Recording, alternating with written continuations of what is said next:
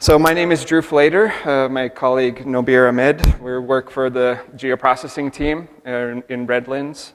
We both use Python pretty much on a daily basis. So we wanted to share some of the things that we've learned with you guys to make your lives a little bit easier, because that's what Python does, is make your work easier. So the agenda that we have for today, like I said, we'll just introduce Python a little bit, discuss some of the essentials. We'll talk about scripting geoprocessing workflows, analyzing rasters with map algebra, automating map management and production tasks using arcpy.mapping, customizing ArcGIS desktop with Python add-ins, and extending ArcGIS with third-party Python packages, custom DLLs, etc. Each of the sections that we'll be covering today actually will have kind of a more deep coverage in separate tech workshops that are happening throughout the week. So for example, there'll be a specific 1-hour workshop about Python add-ins, about the mapping module. We just want to introduce some of the concepts, hopefully pique your interest, and present you with some of the kind of basic information that you can use as a foundation to continue learning about Python. I'll have the list of all of the other sessions that are going on this week regarding Python towards the end of the presentation. So let's get started with some Python essentials. So what is Python? I'm not going to take the time to read through that description from python.org, but essentially for our purposes today, Python is the scripting language of ArcGIS. Esri has embraced Python as its scripting language for the last several releases. There's being a tighter and tighter integration between ArcGIS and Python with each new release. And that's because Python is really just a great language for our users. It's free, it's cross-platform, so it works on Windows or Linux, the other platforms that ArcGIS is supported on. Python's really an easy language to learn. It has really wide usefulness. There's industries and packages that are supported through Python, and it really has a great community. There's conferences every year. There's a lot of material online, great support of that community by that community. So just a quick minute about some Python 101 material, just so that everyone is kind of on the same page, hopefully. Where do I write Python code? Well, a Python file is simply a text file with a py extension. So you can open it and look at the code in a Python file in any text editor like Notepad or Notepad++, your favorite text editors. But where you'll actually work with Python is oh, that's interesting. Just happening over there?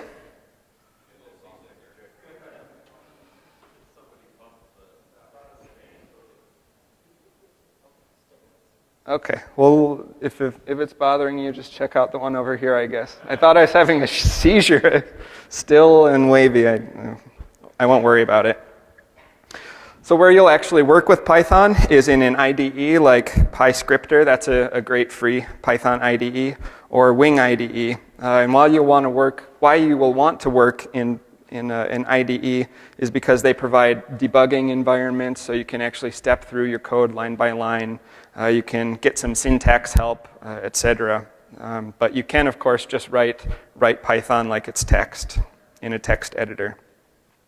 Python has logic for testing conditions using an if-else statement. There's all of the typical operators that if you've developed in other languages before, you'll feel very familiar with them once you figure out the specific syntax. Python has some great techniques for iteration or for looping. The primary one that we'll see today is the for loop. I won't discuss that too much, but of course iteration and looping is very important for any language. Some of the important building blocks of Python are functions, modules, and packages. Function is simply a defined piece of code, a block of code that executes some kind of business logic is a phrase that we use that does some kind of calculation, produces an output. So a function is a very important piece.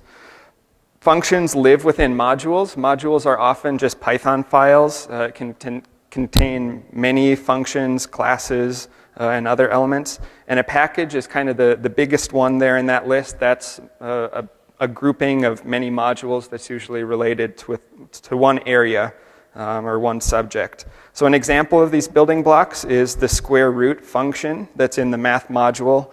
You provide a value here for that function to execute against, and it'll return an output. So the square root of 100, the result would be 10.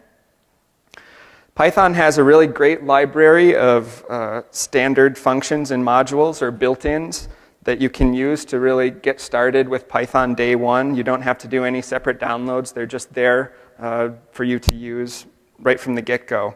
So some examples are the OS module for working with your operating system paths, sys module for working with your system. Math, of course, is self-explanatory, date, time. URL lib is great for opening and working with URL paths. So that's a little bit about Python. Let's talk about Python and ArcGIS. Well, I introduced that concept of a package or a site package, and that's just what ArcPy is. It's a site package that's included with ArcGIS, desktop and server, that enables interaction with Python. So it's the access point to hundreds of geoprocessing tools. If you're familiar with geoprocessing tools, you'll be familiar with that. But ArcPy is also a package of number of functions, classes, and other modules, all that help you do scripting in ArcGIS. So there's helper functions that perform some useful tasks or really will enable your automation. So things like list feature classes for getting a list of all of the data sets that are within a workspace. Describe function is great. You can automate the process of getting dataset properties. That's a very useful one. And search cursor for actually stepping through record by record your datasets. So you can imagine the usefulness of that one as well. ArcPy has classes that you can use to create some complex objects. So things like spatial reference is one of the complex object types in Python. Geometries or field maps, and we'll discuss that in a little bit more detail.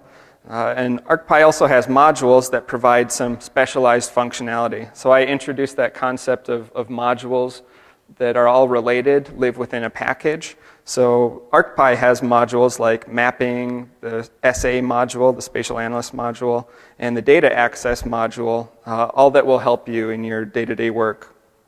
And ArcPy is an enhancement of the ArcGIS scripting module that was available in ArcGIS prior to version 10.0. The real note about that is that if you've done work in Python and you are using that older ArcGIS scripting module, your old scripts will continue to work, but there are some really great enhancements and new functionality that's available in ArcPy, so we encourage everyone to use that new site package in ArcGIS. So you might be in the room today asking yourself, why should I use Python in ArcGIS? You might have come with a specific purpose in mind. I want to learn Python to be able to automate my mapping work, or I might want to create new geoprocessing tools using Python. But I just want to kind of throw this slide out there as a teaser of some of the really interesting things that Python makes ArcGIS capable of doing. One of them is just automating your repetitive tasks using batch processing. So I introduced that real early on, that you use Python to make your jobs easier. And that's one of the great things that Python can do for you is automate any repetitive tasks that you have. You can develop workflows that leverage those hundreds of geoprocessing tools. Through geoprocessing tools, you can add services to your application. So any Python that you would want to execute as part of a web application or a runtime application, you can build a GP service to execute that Python code. You can customize those desktop applications with the language that Esri is committed to support. Python, of course, like I said, has been very, very readily embraced by Esri. And so going forward, we'll continue supporting Python into the future. And you might want to extend the capabilities of ArcGIS, whether that's through some sophisticated statistical type analysis, data presentation, graphing, working with XML, all of these kinds of things that ArcGIS might not be perfect at. You can integrate Python packages that are great at those tasks and use them in ArcGIS. So that's it for a little intro. Let's start talking about some of the actual subjects that we want to cover. The first will be calling geoprocessing tools through ArcPy and stringing them together.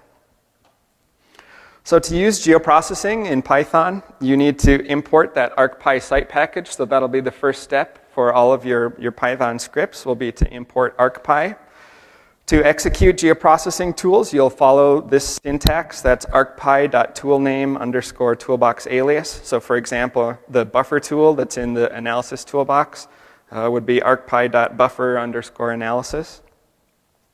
Then you'll enter any of the input and output parameters that tool has, typically as strings. So Python is a dynamically typed language, so you don't have to worry about declaring individual parameters as different types. If you have a string that has been defined just by including it in quotes, you can pass that right into the geoprocessing tool and it'll know what to do for you. So how do I get help about using geoprocessing in Python, whether that's for a specific tool or for one of these modules or packages? You can get help from the individual tool help page. So I have just a little snapshot here of the buffer tool help page that shows the Python syntax for that tool, as well as some code samples. Those can be very useful. There's an option to copy any tool that you've executed in ArcMap as a Python snippet. So again, in this little snapshot, I've right-clicked on a result and chosen to copy as a Python snippet that execution. So if you can figure out how to run a tool in ArcMap, for example, from the tool dialog, you can easily copy that as a Python snippet and paste it in, just as kind of a way to quick start your Python scripting. Or you can use the built-in help function in Python and provide one of those tools as the input. Another note about geoprocessing is to use those environments as global parameters. If you're not familiar with geoprocessing environments, they provide a way to set some fundamental settings for geoprocessing execution and have every GP tool that you execute as part of your workflow honor those environment settings. So it can be really great tools for productivity or for code cleanup. For example, you can set the workspace environment at the top level of your script. What the workspace is a directory on disk or a geodatabase on disk. After you've set that workspace, you won't have to specify full paths to your data sets any longer. You can just specify them according to their relative paths to that workspace. Some of the other common geoprocessing environments are analysis extent, so that limits for any spatial operations the geographic extent that the output will cover, or some raster settings like cell size or mask. So let's get into a first demonstration of scripting geoprocessing workflows. We're going to just do a quick batch process, and then we'll string together multiple tools to perform a site suitability analysis.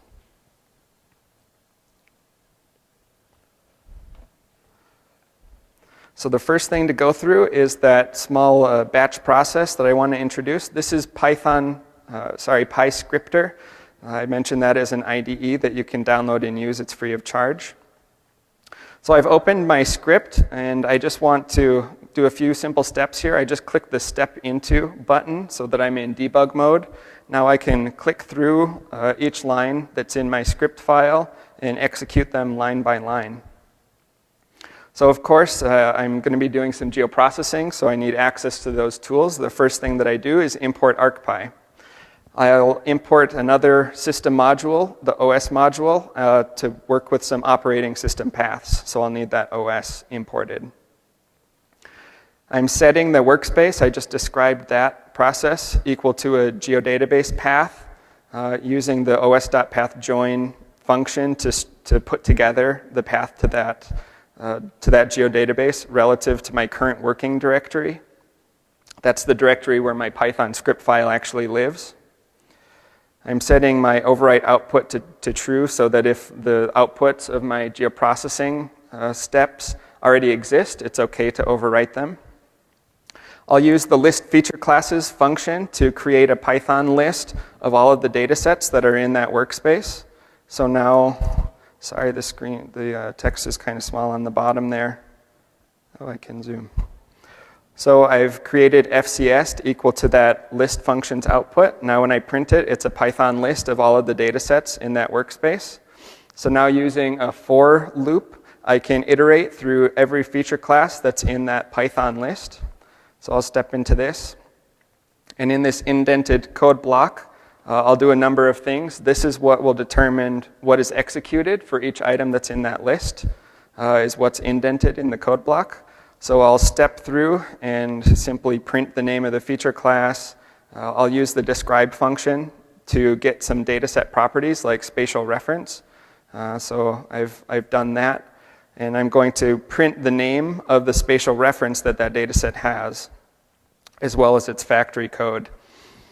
Finally, at the end of the code block here, I'm going to use an if statement to evaluate a condition. And that condition is if the spatial reference of each data set is not equal to the California state plane coordinate system, I want to project it to that coordinate system.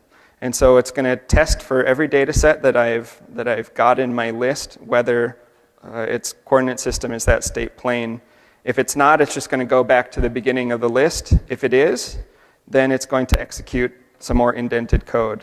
So you saw here in my prints, it went through a number of data sets and eventually got to one, the study area feature class, that does have a different coordinate system. So it broke into that block.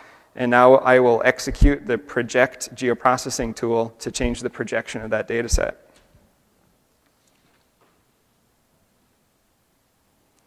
So that's a short example of doing a batch process. It's really just that easy. The key parts are list feature classes, setting up a loop to perform an action on every data set that's in that list, and then maybe evaluate a condition and perform the operation.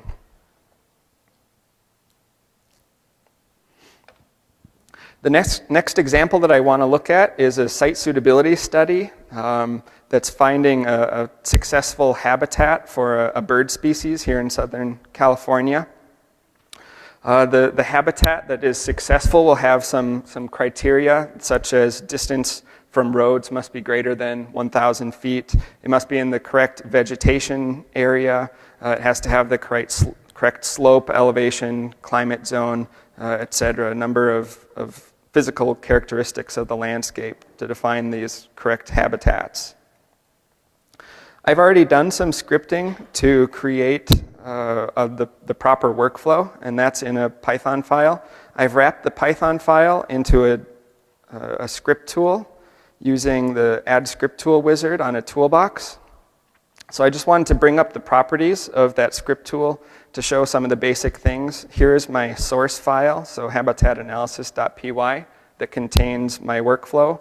I've defined some parameters so that when I open that geoprocessing tool, it'll know the things to expose in the UI that I'll want connected into my Python script.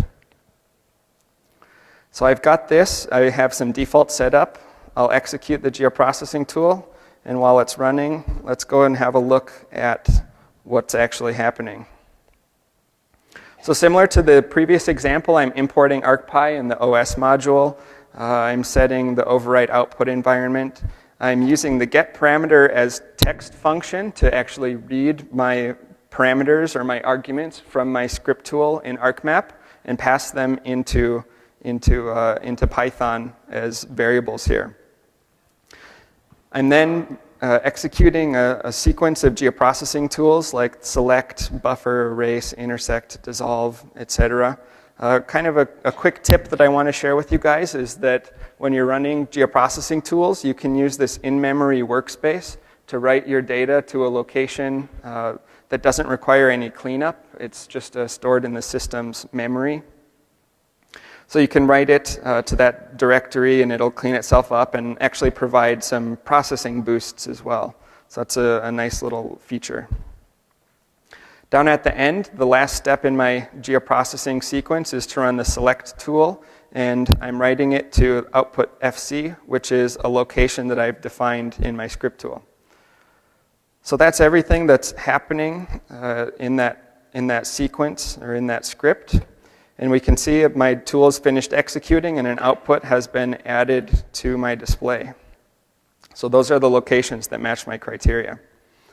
Now that I've executed that tool, I can go into my results, and if I wanted to share this functionality as a geoprocessing service to embed in an application or a web app, you can simply share as geoprocessing service and be prompted through some steps to share that out onto a geoprocessing or onto an ArcGIS server machine.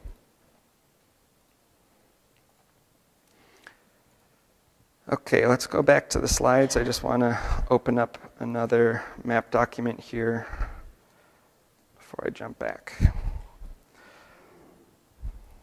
So I talked about that in-memory workspace. If you're interested in some other tips, they're on screen.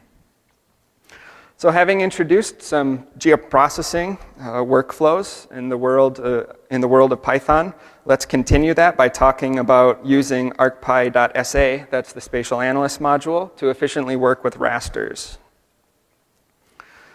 So the spatial analyst module is accessed from arcpy.sa. Kind of a standard practice when working with the spatial analyst module is to import all of the functions that are in that module into the current workspace. You do that by saying from arcpy.sa import star. So when you call an SA function, you won't have to preface it with arcpy.sa. It'll be immediately available for you to use just based on its name.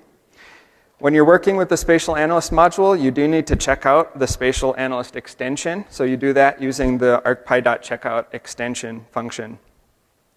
The SA module includes all of your spatial analysis tools. It also contains helper classes that can be used to support complex parameters. I kind of mentioned that in the previous section when I was talking about spatial reference or geometry or field maps. This is a similar concept to that. The spatial analyst module also integrates map algebra into Python. So if you're not familiar with map algebra, it's a complex language for defining geographic analysis as algebraic expressions. Some of the common places that you may have used map algebra in the past is in the raster calculator tool or single output map algebra tool. But it's now integrated into Python, and that provides really a great interface to create these map algebra expressions. Map algebra supports mathematical, relational, Boolean, and a number of other operators. Part of it, what makes it an algebraic expression, is that the output is on the left-hand side. So you can see in this example, I'm defining a new raster, slope raster, equal to a function, that's the slope function, with an input of an elevation raster. And I'm multiplying that using a simple mathematical operator, that little star sign, multiplying it by a constant value, 100.0. So that output raster, slope raster, will be the slope times 100. One of the really important concepts when working in the ArcPy Spatial Analyst module is the use of raster classes. Raster classes or objects are references to a raster that's stored on disk. You can create raster classes in a couple of different ways. They're the returned output from any arcpy.sa function. So on that previous screen, I called the slope function the returned output that I had on that left-hand side of the algebraic expression is a raster class, so it's a returned output of that function. Or you can cast any raster data on disk into a raster class using the arcpy.raster function. And why you would do that is because to participate in these map algebra expressions using operators, your raster data must be a raster class. So you have to remember that step if you'll be working with map algebra. Raster classes represent temporary rasters that can be saved to disk using the save method on the raster class. Raster class also has a number of properties that you can access some basic information about the raster without having to interrogate it using the describe function that we mentioned previously, or going to a raster and opening its property page. So you can access the minimum cell value within the raster, the maximum cell value, the raster's format, and the raster's extent, as well as other properties. I have just a brief example here of casting a TIFF raster file into a raster class using that arcpy.raster function. I then can multiply it using a simple mathematical operator like we did in the previous screen. So I'm multiplying it times a constant value.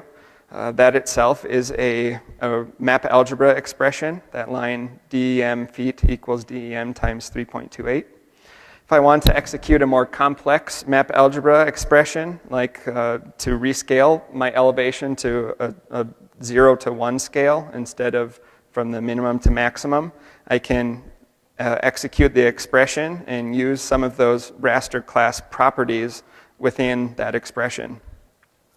And like I said, at this point it's just created a temporary raster, so to save it to a specific directory, you need to use the save method on that raster class. Okay, let's see a demo of doing some raster processing with Python to perform another site suitability study.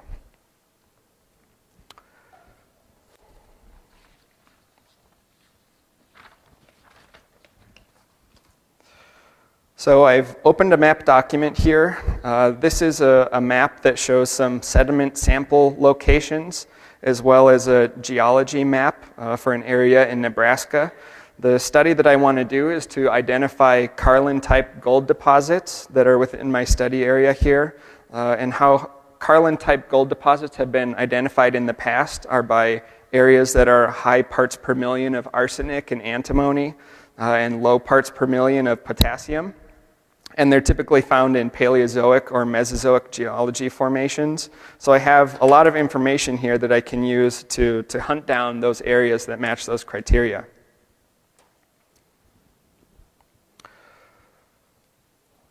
One thing that's really nifty in ArcMap is you can open the Python window, and that's a fully integrated Python experience in ArcGIS. You can execute any Python code that you would like within this interface. It has everything that Python has to offer, as well as some nice IntelliSense when you're working with geoprocessing and ArcPy functions. One of the neat things that it allows you to do is actually load full Python files. So if I browse to a location on disk here, I have a py file that I created previously, and I can open and load that directly into the Python window for execution. I'm going to get that going right now and go over into my IDE to discuss the code briefly. So here I have my code. Everything should seem a little bit familiar to us, having seen a couple of demos now. We're importing ArcPy. We're importing all of the ArcPy SA functions and classes into the immediate namespace, using that from ArcPy SA import star, like I mentioned. Checking out the Spatial Analyst extension, setting some geoprocessing environments, and then we begin our processing steps.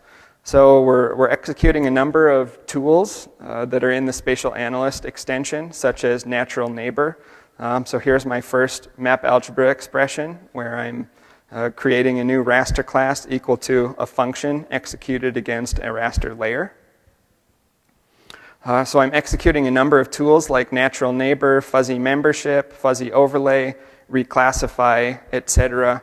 One thing that I just want to bring up briefly here is I've defined a list in Python. This remap variable is equal to a list of geology codes and a corresponding suitability value. So if you've worked with the reclassify tool before in ArcMap, you know it's a somewhat complicated tool. This is really a nice and efficient way to work with it in Python, is by defining these lists of lists where there's a value that corresponds to the input values in the raster, and then a value that corresponds to what the output would be in the reclassified raster. So I'm performing these steps that execute my sequence for identifying those gold deposits. If I go back, we can see my execution has finished. I'll close this for the time being and explore some of these raster classes that I've been creating. So it's been executing in that intermediate or in that immediate mode in the Python window. So for every map algebra expression, it's actually adding that raster class into my table of contents. I'm going to just turn some of these off just to get a look at some of the specific final outputs that the workflow produced. So here's my suitability map with a low to high, blue to red symbology. So you can see some of the areas that match the criteria that I've defined, as well as some of the areas that have really the best chance of finding gold at that location based on having especially high probabilities.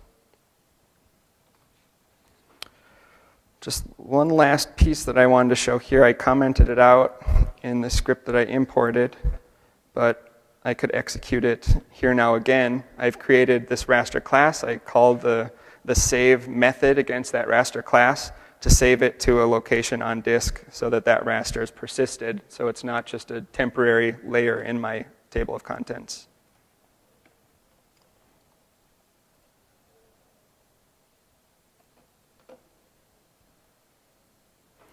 Okay, let's keep moving. We'll talk about working with maps and layers using the arcpy.mapping module.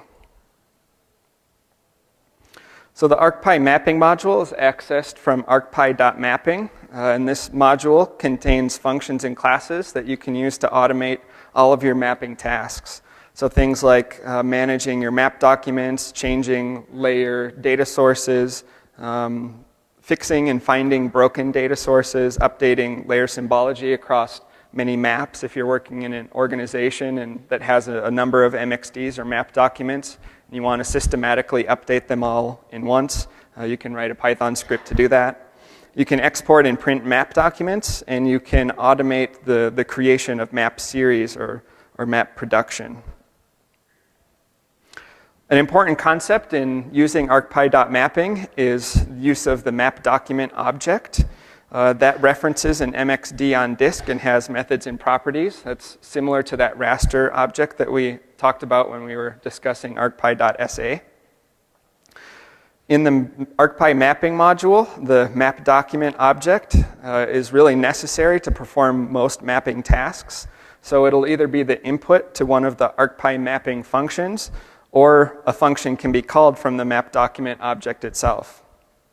So in this brief example, I'm creating a map document object equal to an MXD on disk. That's nationalparks.mxd. I can then set some of my map document properties directly from that map object. So for example, I can change the description equal to a string. I can use the ArcPy mapping list layers function with that map document as the input to make a list of all the layers that are in my table of contents.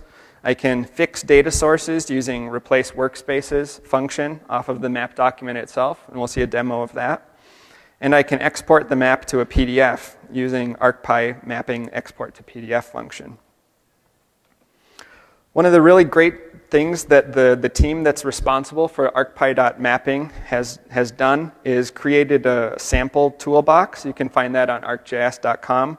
The link is here in the slides for you to reference. And this has a number of pre-built tools and scripts that you can use to do all kinds of things like work with cartography, export and print, and manage your MXDs and layers. So if you have a task in mind, it would be a good idea to take a look at these samples first because it might have already been built for you. It can save you some time. Okay, let's look at another quick demo of creating a multi-page mapbook using ArcPy mapping and data-driven pages.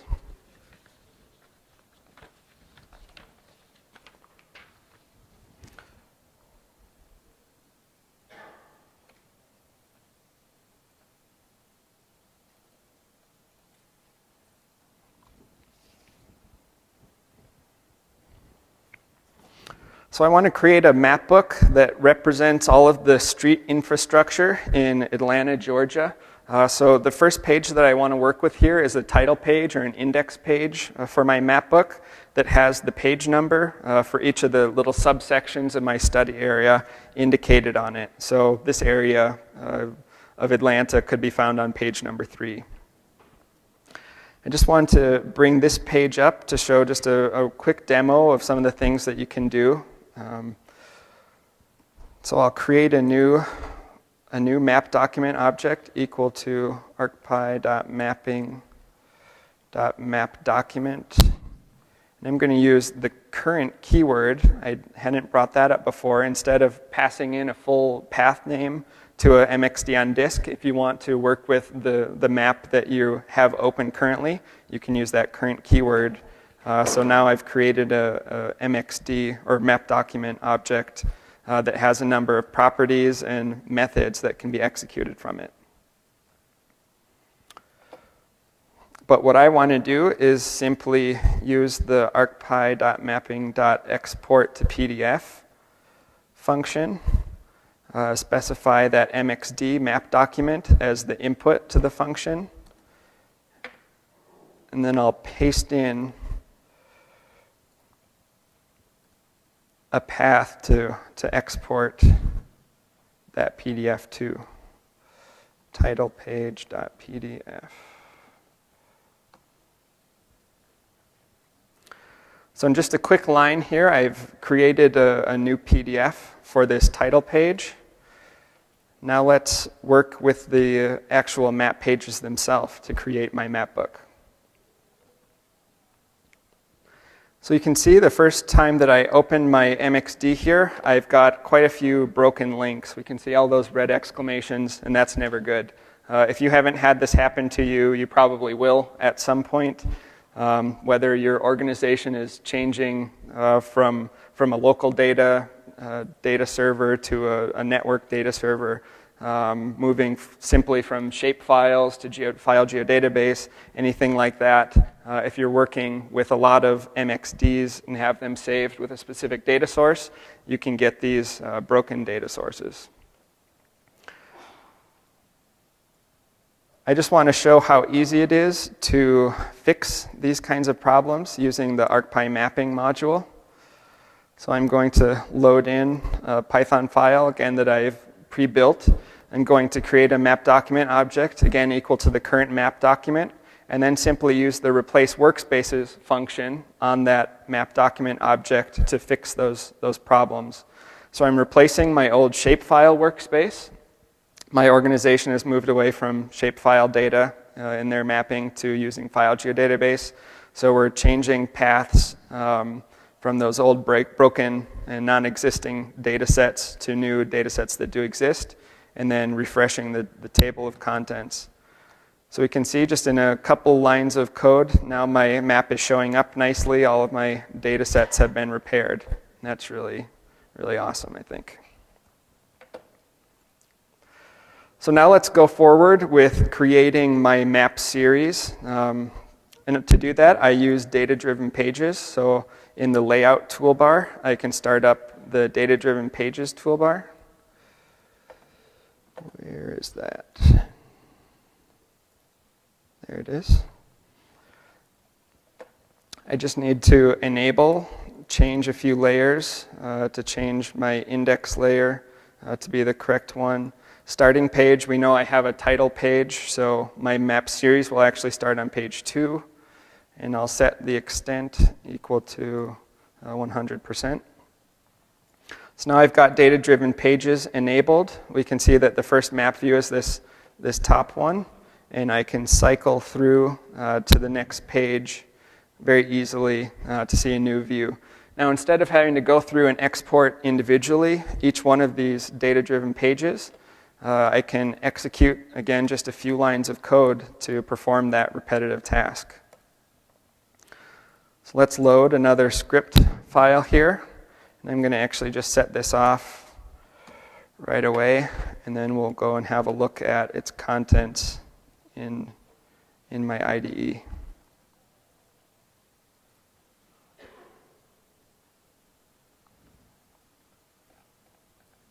So I'm creating a data-driven pages class here. So DDP equals MXD. That's my current map document that I defined in my Python window there in ArcMap.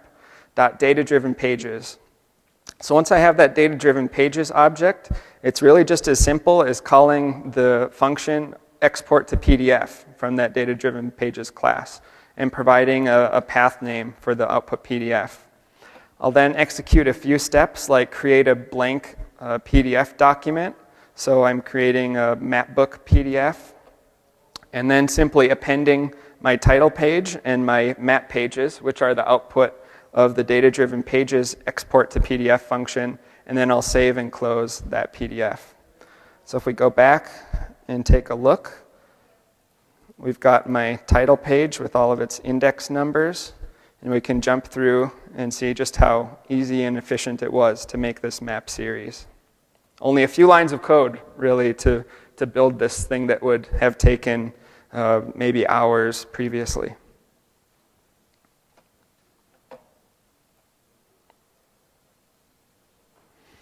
Okay, let's talk about Python add-ins. So what we want to do is run any Python code in response to some button clicks or other application events in ArcGIS Desktop. Add-ins have been provided for a number of releases now, back to 9.3, as a way to customize and extend ArcGIS Desktop applications. Add-ins are largely pretty easy to build. They're definitely easy to install. You just can share an Esri add-in file, double-click it, and share it with your colleagues. Add-ins can be secured through digital signing, so that's important for security concerns, that your organization can have a digital signature assigned to the add-in. Add-ins can be created from a number of different languages, but new at ArcGIS 10.1 is the ability to create Python add-ins. And Python really makes creating add-ins a lot easier. You don't have to write DLLs. You don't have to compile your code. ArcObjects is just a huge library. And so if you don't necessarily need access to those fine building blocks that ArcObjects presents to you, then it will be a lot easier to use Python. And it really just in general will take a lot less code to implement your add-in. You can develop a number of different Python add-in types, including simple things like buttons and toolbars, all the way up to very complex application extensions that totally change the way that ArcMap or ArcCatalog works in general. A couple of things that you can't do yet with Python add-ins are open dockable windows, create dockable windows, and no custom UI support either. So if you're a Python developer who has used UI packages like tkinter, you can't pop open those custom dialogues using Python add-ins. I just wanted to highlight some of the important classes and methods for Python add-ins. Those types that we talked about on the previous slide, like button and tool, menu, toolbar, application extension, are the classes. And it's inside those classes that you'll implement methods that will execute some code whenever that method is performed in ArcMap. So for example, you can implement Python code to have some code executed when you click a button. That's a very simple one. Or you can have some Python code executed when you draw a circle or a line or a rectangle on map. Or you can, one of the really interesting ones I think is the on mouse down map function that you can implement inside the tool class that allows you to actually harvest the XY location that you click when you're working in a map. So you can imagine having a map, you click anywhere in that map and that can be sent into your Python code. Application extensions are also very powerful pieces. If there's something that you're repetitively having to do every time you start up the application and you can automate that using Python, this would be a perfect example of when to use that. Or if you open a document and every time you do that, you are needing to add a different data layer or change the base map, some task like that, that can all be automated using Python add-ins. And there's full documentation of all of these functions and classes that's available on the Resource Center and in the ArcGIS Desktop Help. So that link is easy to find there for you.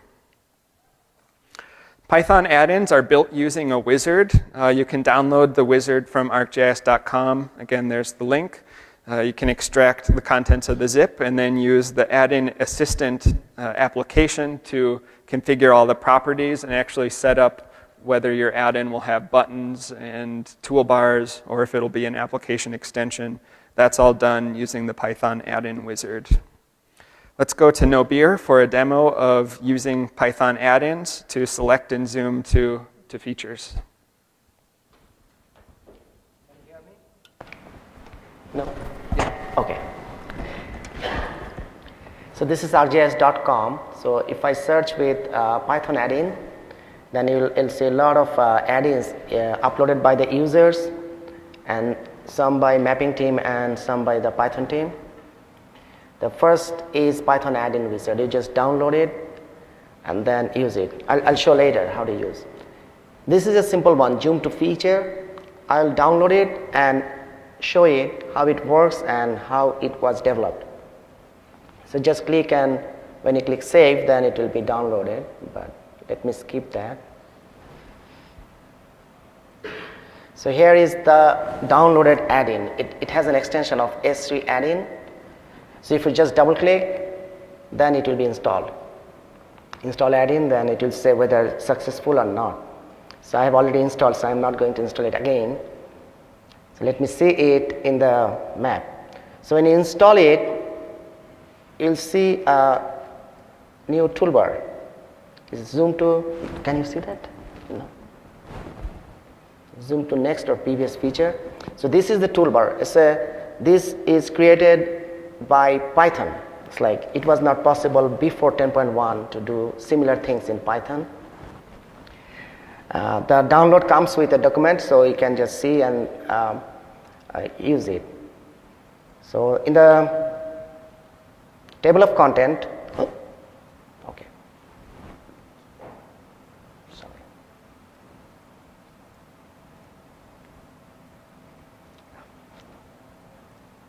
This is the map. So when you click here, first going to that.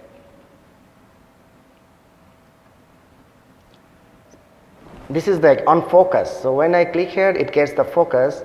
When it gets the focus, then it populates the combo box with the layers in the active data frame. So let me select US lakes. So it is like I select something, the event name is on selection change. So as soon as it happens, then the second combo box, this is another combo box, is OID is the name. It is populated with the object IDs of the features. So all the lake IDs are populated here. So if I select one, then the map will zoom to that feature. It's Kentucky Lake 22. So this has been a popular add-in in VBA for a long time, but after we have the Python, then we created it in Python. So if I click the next button, then it moves to number 23 add-in. It's slow because of the base map. Lake Texora.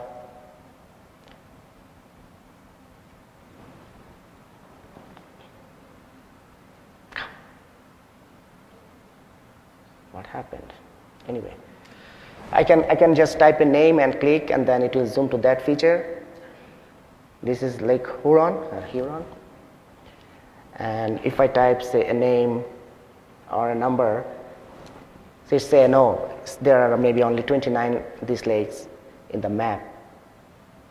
If I change the layer, so US states, then this second box is populated with the IDs of the states.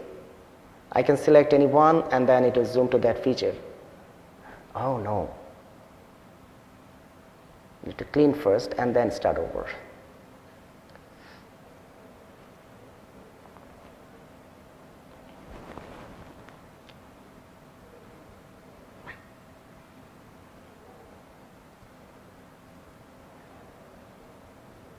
Just to show that the number, this 5 is not Dakota. So you can go back. So I'm not going to do it anymore, it's so slow.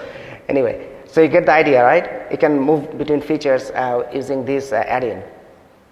Now let's check the code behind this. So how do you get the code? So you change the extension to a zip, and you extract it. That will give you a folder and everything within that add-in. In that folder there is an install folder, and the script behind the add-in is here. So let me open it in the Wing IDE. Wing is it's a professional version of IDE. Let me just collapse the classes. So there are 5 controls in the in the toolbar. There are 2 combo boxes. Sorry, this is one and this is one. And then there are 2 buttons and an extension class. I'll show you the detail in the next part. The main thing is when you first using the add-in wizard, when you first create the add-in, it creates the script with the empty stubs of the functions or events. One function for each event and one class for the add-in. So this is all empty. In order to implement the activities or the events, I need to add my code inside it. So here is my completed function. So let's scroll. So that was our first click was on focus. I just clicked when I got. Then using the mapping document, it populated the list. What is the items of the combo box with the layers, all the layer names. And then when I selected the layer, one of the layers, the on selection change event occurred. And when it occurred, it just populated the YD list for the second combo box. Can see that, like, and then the next is next button. Let me show that. Man,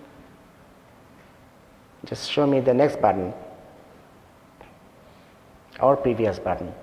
So on click, it has only one function because there is only one event for the button. What it does, it gets the value from the combo box, the current ID value, and then call the zoom to feature function. And the zoom to feature function is in my extension class. So this is the 5th class. Here is that. What it does, it gets the data frame from, again using the mapping document because we are in ArcMap, it gets the data frame from the MXD and calls zoom to feature function from of the data frame class.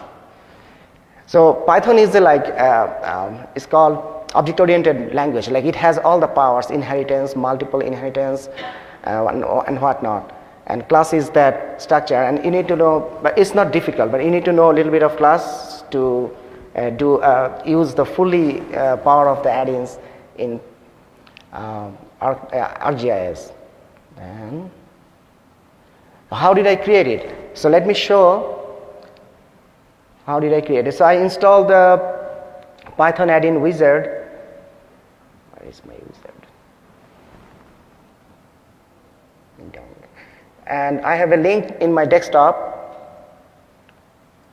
So if I click, it pops up the add-in wizard and you define your add-in here. So if you want to create a new add-in, you just give a path to an empty folder. Otherwise, you cannot create a new one. If you give a non-empty folder, then it will assume that there is something. It's not empty. But instead of creating a new one, let me just try to modify the existing one. So again, and then let me go to that folder where my add-in is.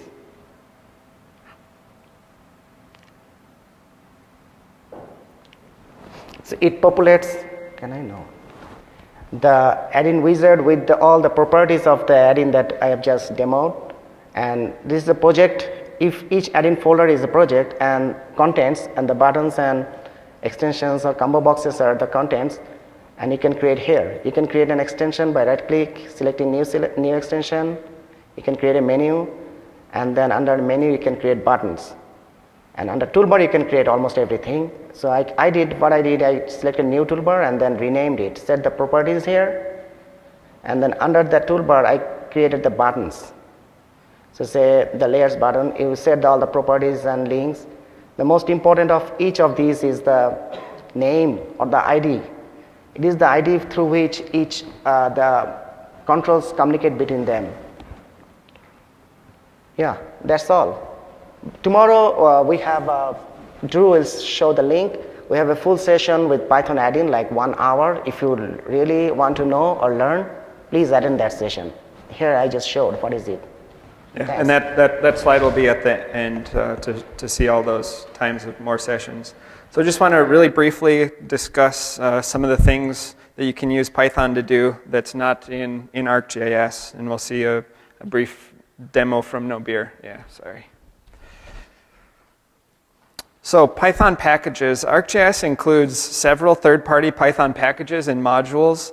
NumPy, Matplotlib, XLRD, XLWT. These don't require any separate installation or configuration. They're immediately available for import and use. NumPy especially is one that comes up a lot. It has a lot of usefulness in geographic and statistical computation, as well as a powerful array object that you can use to work as a data source. PyPy is an official Python package index, and it's a vast collection of all of these third-party packages. There's something like 29,000 of them, I think. So you can go and browse or search for a specific area or interest or the work that you're doing. Sometimes the results that you'll get are only for source code.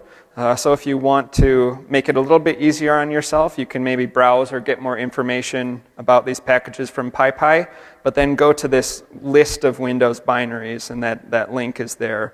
So you can get simple installs for Windows, and that makes things a little bit easier. We also have a good blog that's called A Simple Approach for including third-party Python libraries with your scripts. You can check that out through that link.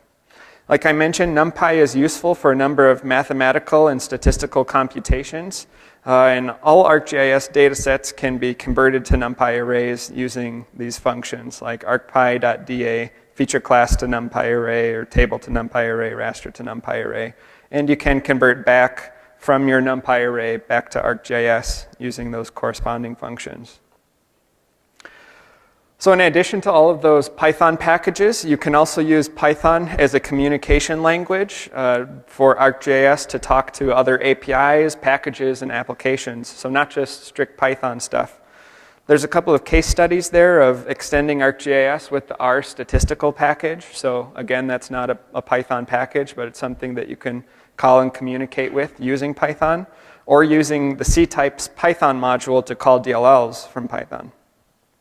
So in these cases, Python will retrieve and organize your parameters. We saw that script tool that I ran at the beginning for getting parameters and passing them into Python. You can use Python to convert your data, construct your strings, and pass the strings to the operating system for executing. And after execution, it can apply any symbology rules that you have, a coordinate system, and create any reports. So it's kind of that round trip. And using Python as a way to talk between ArcGIS and other packages. So let's go to a demo from Nobir just real briefly about ArcGIS in NumPy.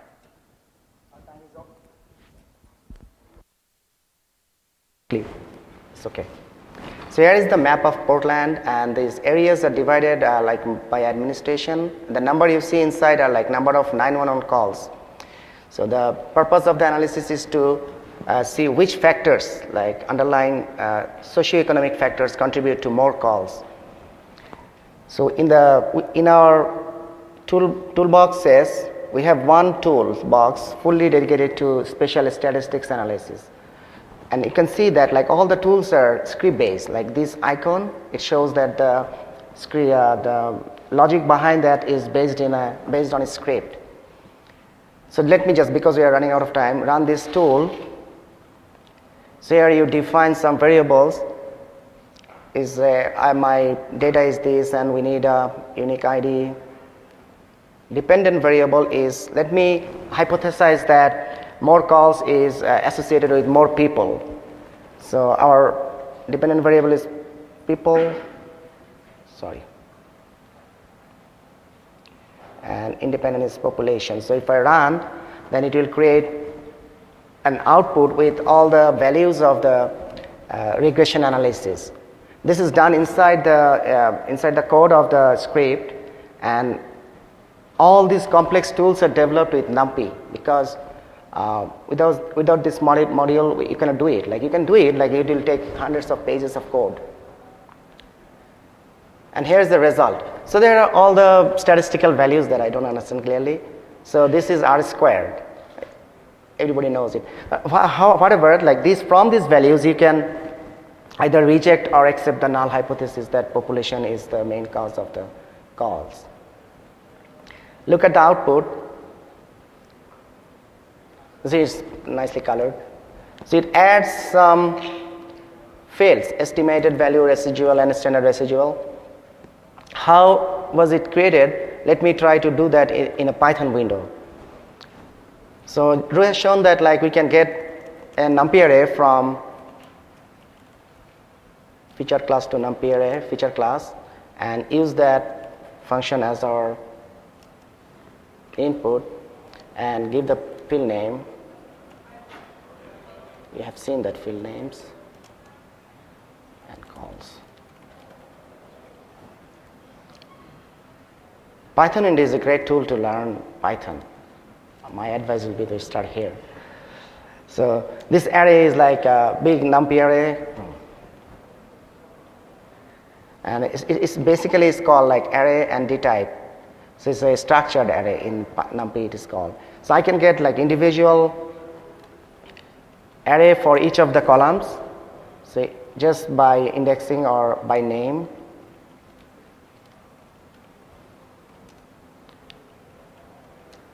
So it's just it's a one-dimensional array. Then I can say get another. I'm just showing in short how the whole process is done inside ArcGIS, but with a simple.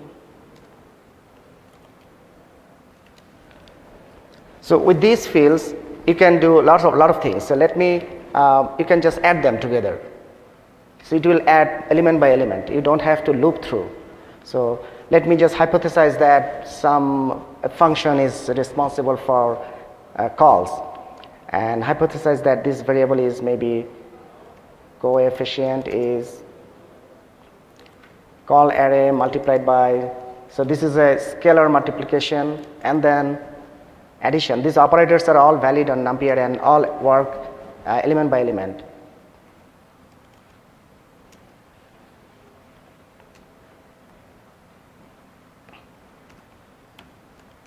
This is the population array. The problem is, how do I handle this in and put them into an output feature class? Because all geoprocessing tools either creates an output or returns a value. In this case, the tool returned output feature class with 3 new fields. Actually, there is no clear way to do that because NumPy array to feature class works only with point features, but here we have polygons. So there is a module in the